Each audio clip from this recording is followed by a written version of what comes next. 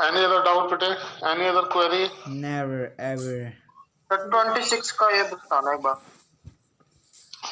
26 का ए part. I think आपको जो कंफ्यूजन है ना बेटे, वो 80% ऑफ इट्स ओरिजिनल इन्वेस्टमेंट पर कंफ्यूजन है। Yes sir. ध्रुव, ये जो बोला हुआ है 80% of its original investment means opening balance. Opening balance of investment आपको गिवन है 1,20,000। तो 1,20,000 का 80% निकाल लो, तो 1,20,000 का 80% आ जाएगा बेटे हमारे पास 96,000 रुपीज। हमने इतनी इन्वेस्टमेंट सेल की है 20% प्रॉफिट पर, तो 96,000 का 20% ये आ जाएगा 19,200। ये सेल प्राइस आ गया बेटे हमारे पास 1,15,200। तो बाय बैंक के नेम से आपने दिखाना है 1,15,200 सेल, और जो प्रॉफिट है 19,200, इससे आप डेबिट साइड में दिखाएंगे, क्योंकि लॉस दिखाते हैं हम क्रेडिट साइड में। जैसे हमने लॉस दिखाया हुआ है, ये आप प्रॉफिट को डेबिट साइड में दिखाएंगे to profit and loss account के नेम से, क्योंकि प्रॉफिट के लिए एंट्री बनती है investment account debit to profit and loss account. हम प्रॉफिट एंड लॉस के अकाउंट के क्रेडिट साइड में प्रॉफिट ट्रांसफर करते हैं, लेकिन पोस्टिंग क्योंकि इन्वेस्टमेंट अकाउंट में हो रही है और एंट्री वाइज इन्वेस्टमेंट डेबिट हो रही है, इसलिए पोस्टिंग डेबिट साइड में to profit and loss account. उसके बाद आप बैलेंस फिगर निकाल लेंगे, आपके पास आंसर आ जाएगा। ध्रुव, हो जाएगा या रिटर्न करूं इसको मैं?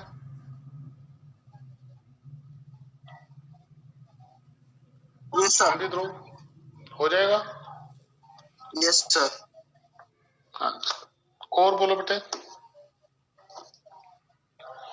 Any other doubt?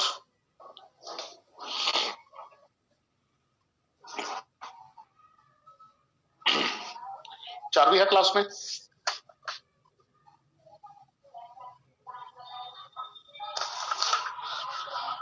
हाँ जी, चार भी है क्लास में बेटे, चेक करो एक बार। Yes. ठीक है, चारों आपने क्वेश्चन कहा था ना बड़े वाला, तो एक क्वेश्चन और कर रहे हैं हम। पलक क्लास में है आज, पलक ने लास्ट टाइम क्वेश्चन अटेंड नहीं किया था। आज फिर हम एक कंप्लीट क्वेश्चन स्टडी करने जा रहे हैं बेटे, क्वेश्चन नंबर 33। आपके लिए होमवर्क सेम रहेगा, इसी क्वेश्चन को पहले आपने रिपीट करना है और फिर सेम इलिस्ट्रेशन। एक बार मैं चेक कर लूं कि इलिस्ट्रेशन में कुछ ज्यादा चेंज तो नहीं है।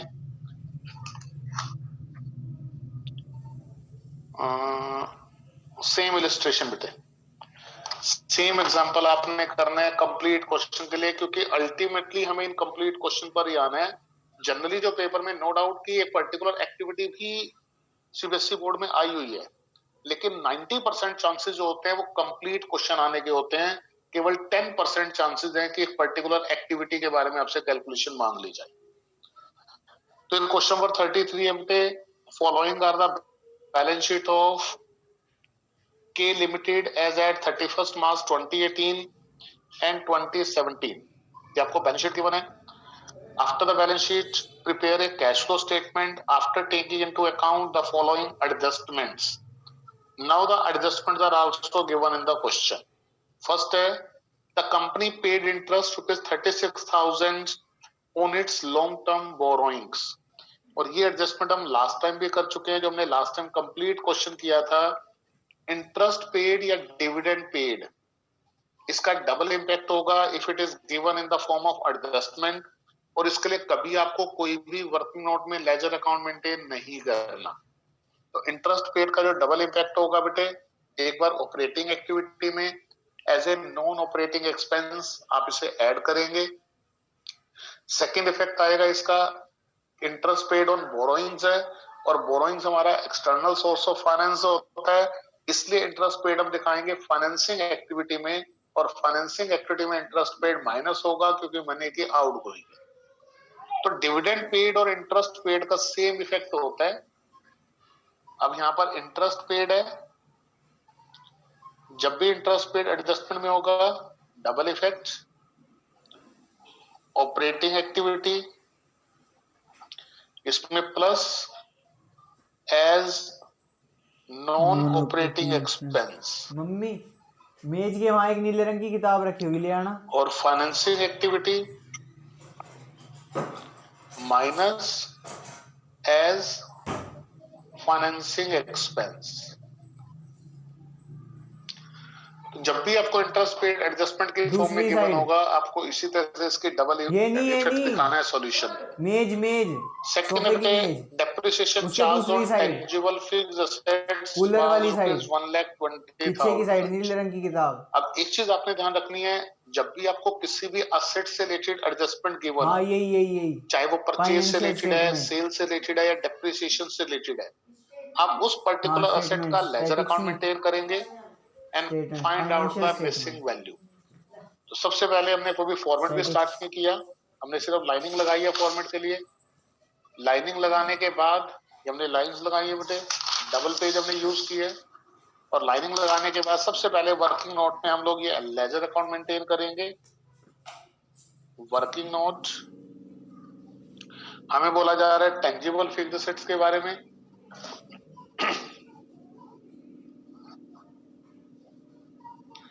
तो टेंजिबल फिक्स्ड एसेट्स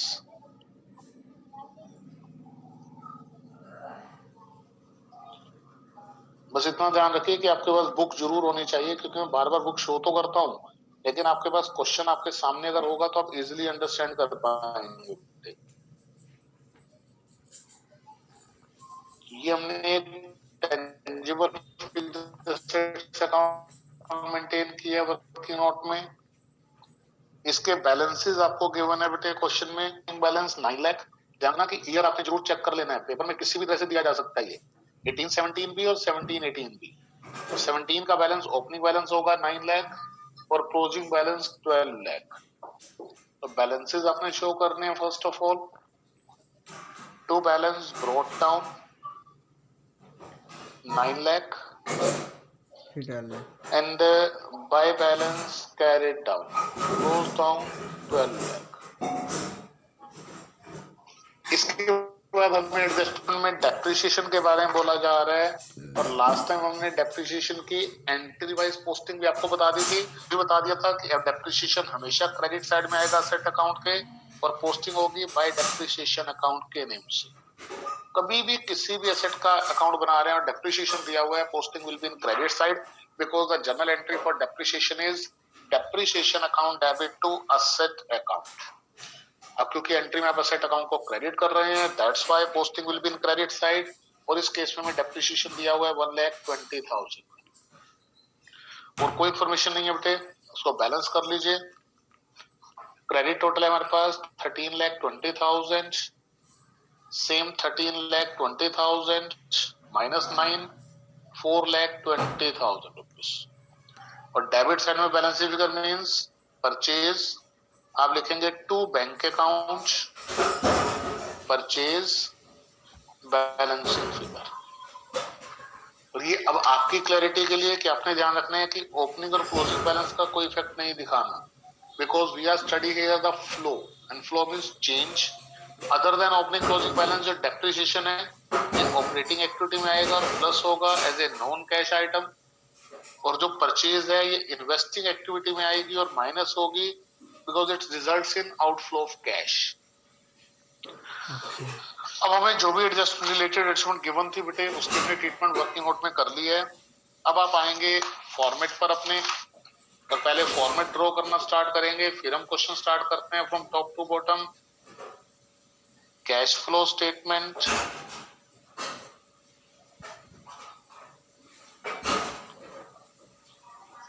और फर्स्ट ऑफ ऑल हम कैलकुलेट करते हैं कैश फ्रॉम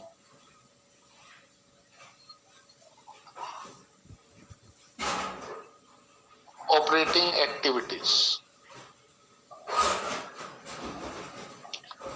और कैश फ्रॉम ऑपरेटिंग एक्टिविटीज के लिए हमारी सबसे पहले requirement net profits before tax provision.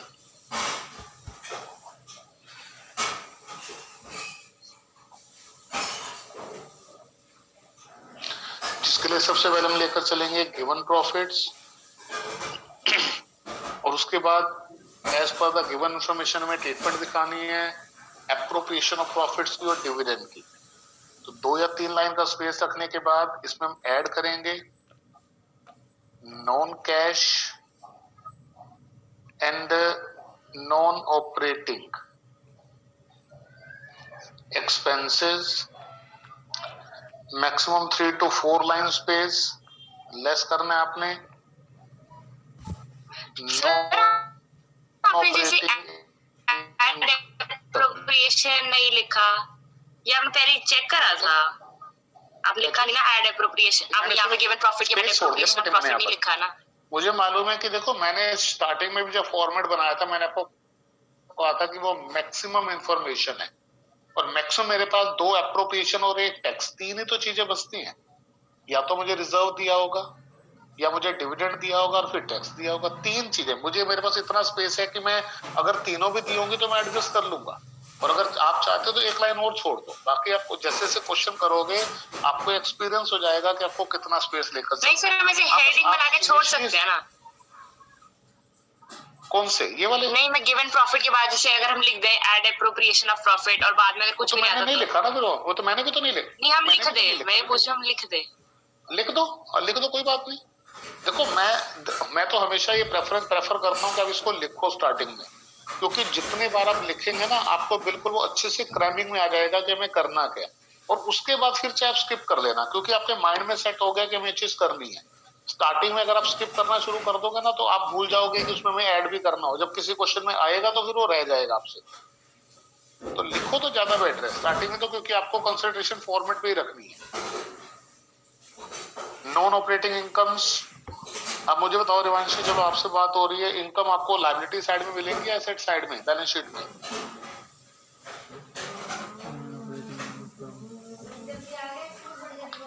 बोलिए सर इनकम तो एडजस्टमेंट में मिलेंगी।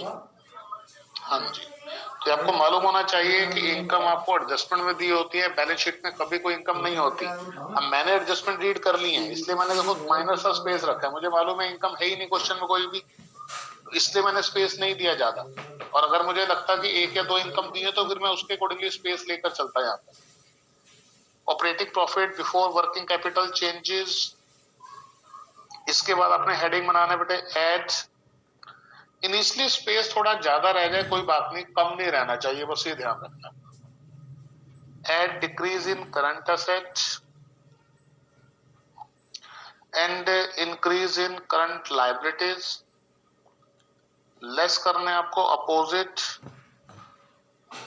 Increase in current assets and decrease in current liability.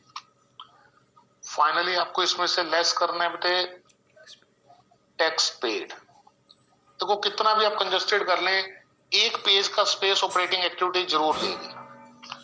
हमने यहाँ पर जितना भी स्पेस कम किया, ज्यादा देखो पेज ओवर होने को हो गया, तो आप ये लगाकर चलो कि 1 पेज पर तो आप केवल ऑपरेटिंग एक्टिविटी को मैनेज करेंगे। नेक्स्ट पेज पर फिर आपने दोनों एक्टिविटीज को मैनेज कर लेना है, क्योंकि हार्डली 4 to 5 लाइन का स्पेस रिक्वायर्ड है in both the activities. B cash from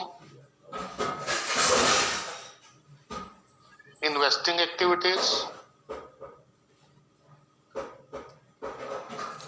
4 to 5 line space ले लीजिए, और उसके बाद कैश फ्रॉम, ये मैक्सिमम स्पेस है, इससे ज्यादा रिक्वायरमेंट नहीं होगी इसमें। Cash from financing activities,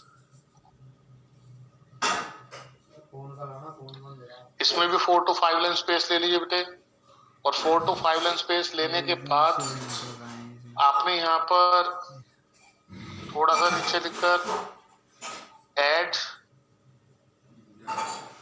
opening cash and cash equivalence, और अल्टीमेटली यहाँ पर आ जाएगा closing cash and cash equivalent.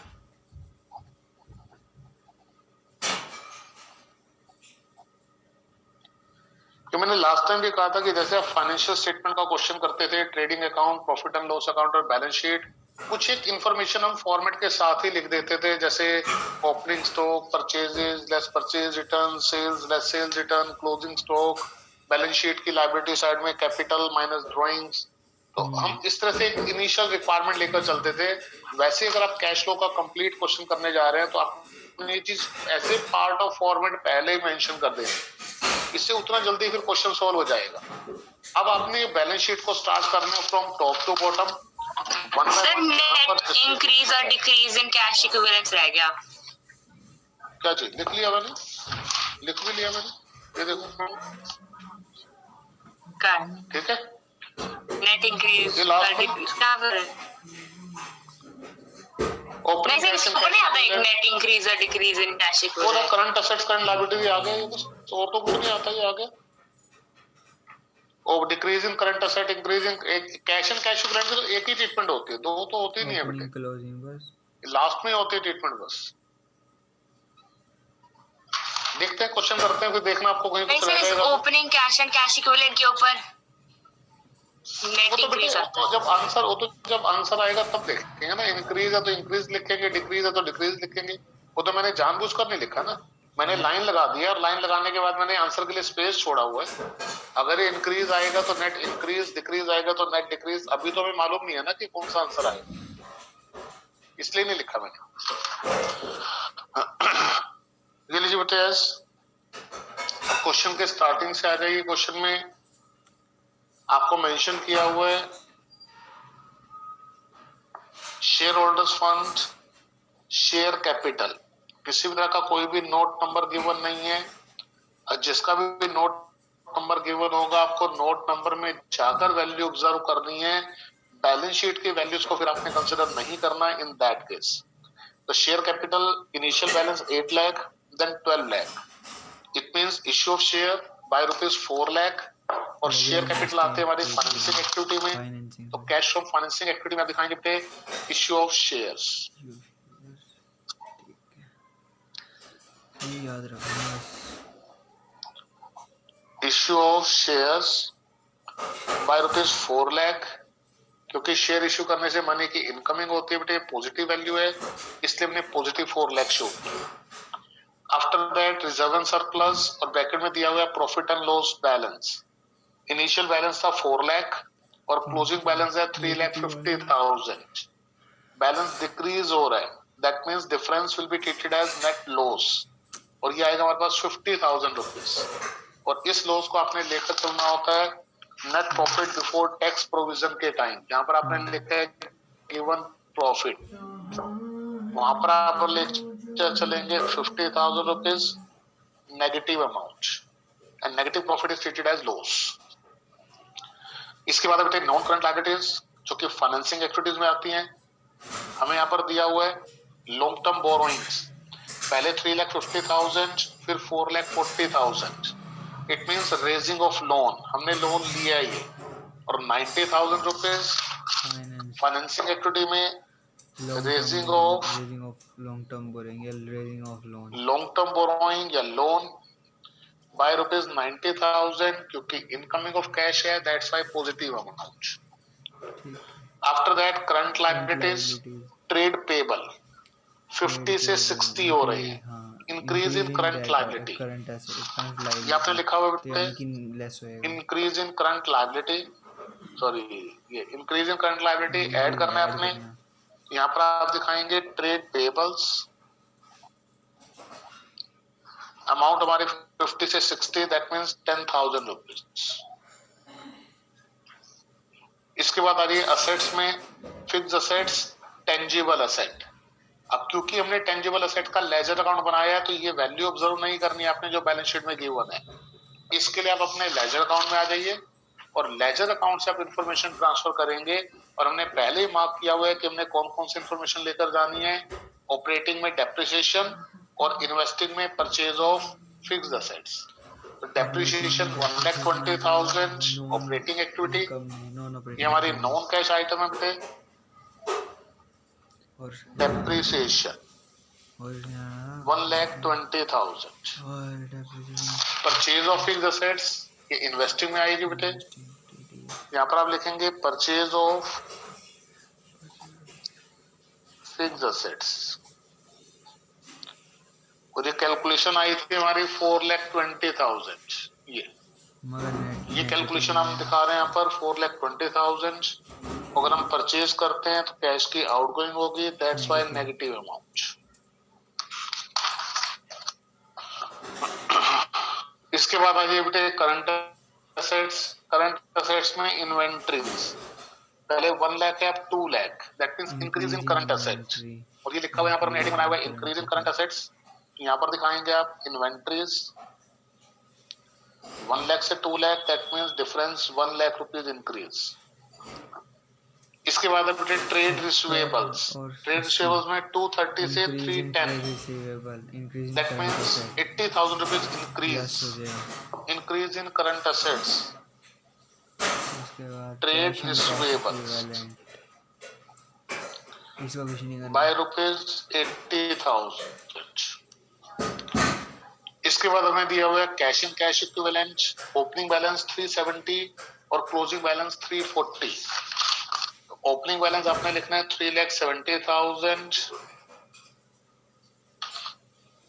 और क्लोजिंग बैलेंस है हमारे पास 3,40,000। आंसर आना चाहिए 36,000। और मैंने अभी आपको बताया है कि इंटरेस्ट पेड के एडजस्टमेंट का डबल इफेक्ट, एक बार ऑपरेटिंग में as a non operating expense दिखाएंगे आप और एक बार फाइनेंसिंग में माइनस करेंगे एज ए फाइनेंसिंग एक्सपेंस। तो ऑपरेटिंग में आ जाइए, सबसे पहले अमाउंट है 36,000। Non operating expense interest paid 36,000 rupees. और सेकंड इफेक्ट आप इसका दिखाएंगे बेटे फाइनेंसिंग पर, इंटरेस्ट पेड क्योंकि मनी की आउटगोइंग है, that's why negative amount 36,000 rupees. ये लीजिए इंफॉर्मेशन कंप्लीट हो गई। अब वन बाय वन आपने प्लस माइनस करने में थे। फर्स्ट ऑफ ऑल अब देखो यहाँ पर मेरे पास कोई भी इंफॉर्मेशन नहीं है, ना कोई अप्रोप्रिएशन दिया हुआ है ना ही कोई टैक्स दिया हुआ है। सेम अमाउंट माइनस 50,000 ये हमारा net profit before tax provision है। इसमें मुझे ऐड करना है non cash and non operating expenses जिसका टोटल है 1,56,000 रुपीज। जब मैं ऐड करता हूँ बेटे 1,56,000 और प्लस माइनस 50,000 तो आ जाएगा 1,06,000 रुपीज। किसी तरह की कोई भी नॉन ऑपरेटिंग इनकम गिवन नहीं है। अगर कुछ गिवन होती तो आप यहाँ पर माइनस करते। ये रिजल्ट आ गया हमारे पास 1,06,000 रुपीज, जिसे हम नेम देते हैं operating profit before working capital changes. इसमें मुझे ऐड करना है decrease in current asset and increase in current liability, जिसके लिए मेरे पास 10,000 रुपीज है। 1,16,000 लेस करना है आपने reverse, increase in current asset decrease in current liability 1,80,000। ये बच गया नेगेटिव में 116 माइनस 180 तो डिफरेंस आ गया बेटे हमारे पास 64,000 रुपीज नेगेटिव आ गया। टैक्स पेड क्वेश्चन में गिवन नहीं है तो सेम आंसर आ गया 64,000 रुपीज। फर्स्ट आंसर है ये देखिए बुक में आपको गिवन है आंसर के बारे में 64,000 रुपीज। और क्योंकि नेगेटिव आ रहा है इसलिए आप इसे नेम देंगे cash used in investing, cash used in operating activity. ठीक है। और इसे आपने सेकंड कॉलम में भी दिखाना है 64,000 रुपीज। फर्स्ट आंसर आ गया हमारे पास जिसे आपने सेकंड कॉलम में भी शो कर। इसके बाद अब आ जाइए सेकंड एक्टिविटी बेटे कैश फ्रॉम इन्वेस्टिंग एक्टिविटी। हमारे पास केवल एक सिंगल इंफॉर्मेशन थी, यही आंसर बन जाएगी 4,20,000 नेगेटिव अमाउंट, जिसे आप सेकंड कॉलम में भी दिखाएंगे 420 negative amount. This is cash used in 4,60,000 investing activities. 4,54,000 answer में आपको दिया हुआ बेटे cash used in investing activity 420। अब फाइनेंसिंग में आ जाइए। फाइनेंसिंग में हमारे पास है बेटे 4,90,000 पॉजिटिव और 36 नेगेटिव, दैट मीन्स 4,54,000। 4,54,000 रुपीज हमारी फाइनेंसिंग एक्टिविटी का रिजल्ट है। क्योंकि पॉजिटिव है that's why cash flow from financing activities. हमारे पास तीनों रिजल्ट आ गए, इन तीनों रिजल्ट का आप टोटल करेंगे। हमारे पास पहले 64 नेगेटिव है, 64,000 रुपीज नेगेटिव पहला रिजल्ट है बेटे। सेकंड रिजल्ट है 420 नेगेटिव, तो ये हो गया 484 नेगेटिव हो गया, और 454 हमारा पॉजिटिव है, नेगेटिव में तो है। 30,000 रुपीज नेगेटिव आ रहे हैं हमारे पास। 30,000 नेगेटिव, जिसे आप नेम देंगे नेट डिक्रीज इन। नेगेटिव है तो डिक्रीज, पॉजिटिव होता तो increase in cash and cash equivalents. इसमें अपने ओपनिंग ऐड करना है बेटे। आप 30 माइनस 30 में 370 जब ऐड करेंगे तो अपने आप क्लोजिंग के इक्वल आंसर आ जाएगा, दैट इज 3,40,000। ये हमने आपको लास्ट टाइम भी बोला था कि ये आपका पार्ट ऑफ कैश फ्लो भी है और आपके सॉल्यूशन का क्रॉस चेक भी है कि अगर आपका ये टैली कर जाता है दैट मींस आपने जो भी एक्टिविटी रिजल्ट फाइंड आउट किए वो बिल्कुल एक्यूरेट फाइंड आउट किए। तो चाबी आई थिंक आज पहले से थोड़ा सा इजी लगा होगा, क्योंकि पहले आपने फर्स्ट क्वेश्चन किया था इससे रिलेटेड बेटे, आज आप सेकंड क्वेश्चन कर रहे हैं। तो मैं ये नहीं कह रहा कि बिल्कुल इजी लगा, क्योंकि लेंथी प्रोसीजर है तो थोड़ा सा टाइम जरूर लेगा ये, लेकिन ये डेफिनेट है कि जैसे आपने पहले क्वेश्चन में किया था, फर्स्ट टाइम पूरा क्वेश्चन किया था तो थोड़ी प्रॉब्लम आपको ज्यादा लगी होगी, लेकिन आज थोड़ा सा सिमिलर लगा होगा, थोड़ा सा फैमिलियर है इससे कि आपको कैसे कैसे करना है। बस ये ध्यान रखना कि क्लैरिटी होनी चाहिए। जब आप टॉप टू बॉटम मूव कर रहे हैं तो हर एक इंफॉर्मेशन के बारे में आपको क्लैरिटी होनी चाहिए कि आपको उसे ऑपरेटिंग में ट्रीट करना है, इन्वेस्टिंग में या फाइनेंसिंग में। उसके लिए अभी भी थोड़ा सा जो फॉर्मेट अपने सामने रखो, जो कंप्लीट कैश फ्लो स्टेटमेंट का फॉर्मेट है उसे अपने सामने रखो आप, और उसको सामने रखकर फिर क्वेश्चन करो। डेफिनेटली आप इजीली क्वेश्चन सॉल्व कर लेंगे, क्योंकि प्रॉब्लम सिर्फ फॉर्मेट की है और फॉर्मेट आपको याद रखना ही है। अब इस क्वेश्चन में पहले वाले क्वेश्चन से डिफरेंस क्या है कि अगर आपको किसी भी असेट से रिलेटेड इंफॉर्मेशन दी हुई है तो पहले आप उसका लेजर अकाउंट बनाएंगे और उसके बाद क्वेश्चन स्टार्ट करेंगे। ये चीज आपने ध्यान रखनी है। यस बेटे, कोई पर्टिकुलर कहीं कोई डाउट है तो? पलक, तुमने भी लास्ट टाइम क्वेश्चन नहीं देखा था बेटे ये?